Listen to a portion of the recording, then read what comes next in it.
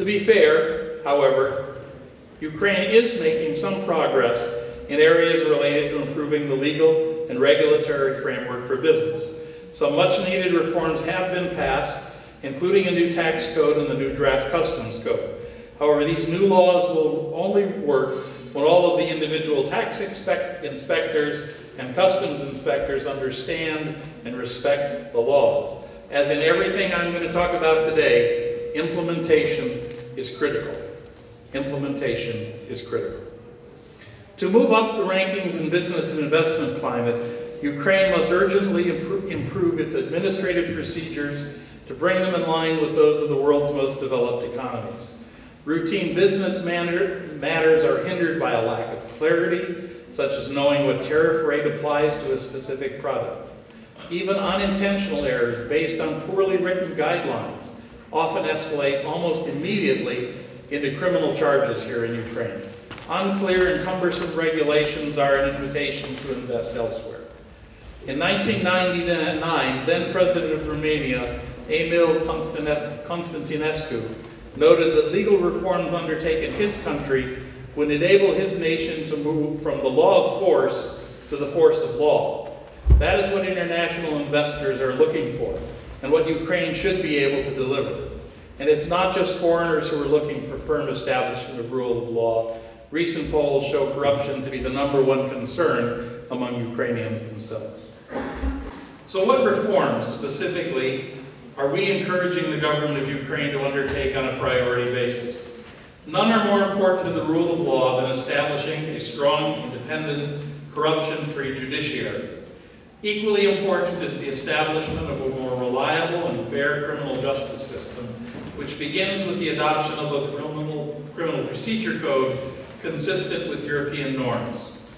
USAID, the Department of Justice, and other agencies of the U.S. government have worked closely with Ukrainian authorities for years and with European institutions to conform the draft laws to international and European standards and to the recommendations of the Venice Commission and the Council of Europe in particular.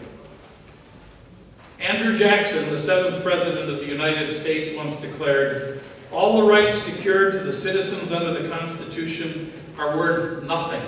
They're a mere bubble, except when they're guaranteed by an independent and virtuous judiciary." Well, it's no secret to any of you that Ukrainians do not believe that their legal system, criminal or civil, is independent of political interference. Many international observers agree, and not solely based on the appearance of selective prosecution of political opposition leaders in recent months. There are many other indicators of a dysfunctional legal system, including the sense that corporate raider activity is now risen to perhaps its worst extent. Moreover, Ukraine's abysmal record of violations, as judged by the European Court of Human Rights, suggests even more serious underlying problems. In 2011, Ukraine ranked 3rd from the bottom in violations of the right to fair and speedy trials and to lawful treatment and detention. Now, to be sure, within the past 2 years, the Verkhovna Rada has adopted new laws on the civil service, free legal aid, and countering corruption, trafficking in persons, and money laundering. If effectively implemented, these laws could help Ukraine address a number of the problems cited in the 2010 report of the Parliamentary Assembly of the Council of Europe, including those related to access to justice, improving the capacity for Ukraine's bureaucracy to govern effectively, and protecting and assisting Ukraine's most valuable, most vulnerable populations.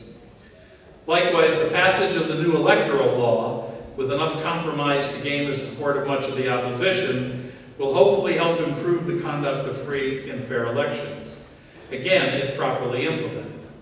The passage of the law on access to public information also has the potential, eventually, to increase the government transparency considerably, and hopefully accountability as well. Whether Ukraine's law will have the desired effect will depend on how forcefully the public demands compliance, and whether an independent judiciary will enforce it.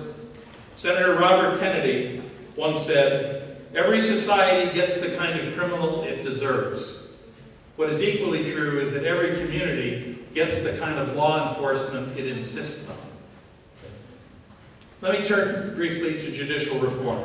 There can be no doubt that the law on the judiciary, passed in July of 2010, was a much-needed step forward, but significant changes are required to bring it in line with the recommendations of the Venice Commission. Many important reforms were codified in the law, including fair, transparent, and merit-based judicial selection and disciplinary procedures, the random assignment of cases, and the posting of judicial disciplinary decisions and a judicial misconduct complaint form on the internet. In the areas where the law still falls short, President Yanukovych has ordered further amendments in line with Venice Commission recommendations. Unfortunately, some of the proposed amendments to the law do not advance judicial reform in a manner consistent with European and international standards. In particular, it's critical that all judicial reform initiatives preserve and further the independence of the judiciary and its institutions, including especially the Supreme Court. Independence at all levels of court is threatened by, among other things, the role the prosecution plays in the High Council of Justice, which can intimidate judges who do not grant prosecution, detention, and sentencing requests. Over the past year, we've worked with the Commission on strengthening democracy and the rule of law, led by former Minister of Justice Holovati, on amendments to this law, which were sent to the presidential administration on December 20th.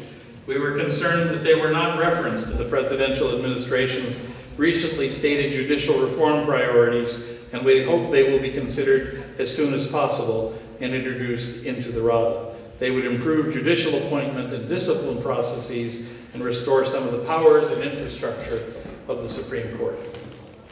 The new Criminal Procedure Code, which was just passed by the Verkhovna Rada, was praised in its draft form by the Council of Europe and EU leaders for its adoption of European standards. It's encouraging that President Yanukovych announced his intention to send the final version of this code back to the Council of Europe for a final analysis before sending it back, before signing the document. Through our Department of Justice, we have worked cooperatively with others in the government to support the drafting of this law. It's not perfect. Unforeseen problems will reveal themselves during its implementation and will need to be fixed. Nevertheless, the law wisely creates a brand new criminal justice system based on the principle of an adversarial system. In essence, the law replaces the prosecutor-dominated system with a system where defense advocates have an enhanced role and the courts are the final arbiters of disputed issues. And the courts are ultimately responsible for protecting the rights of the accused and the victims.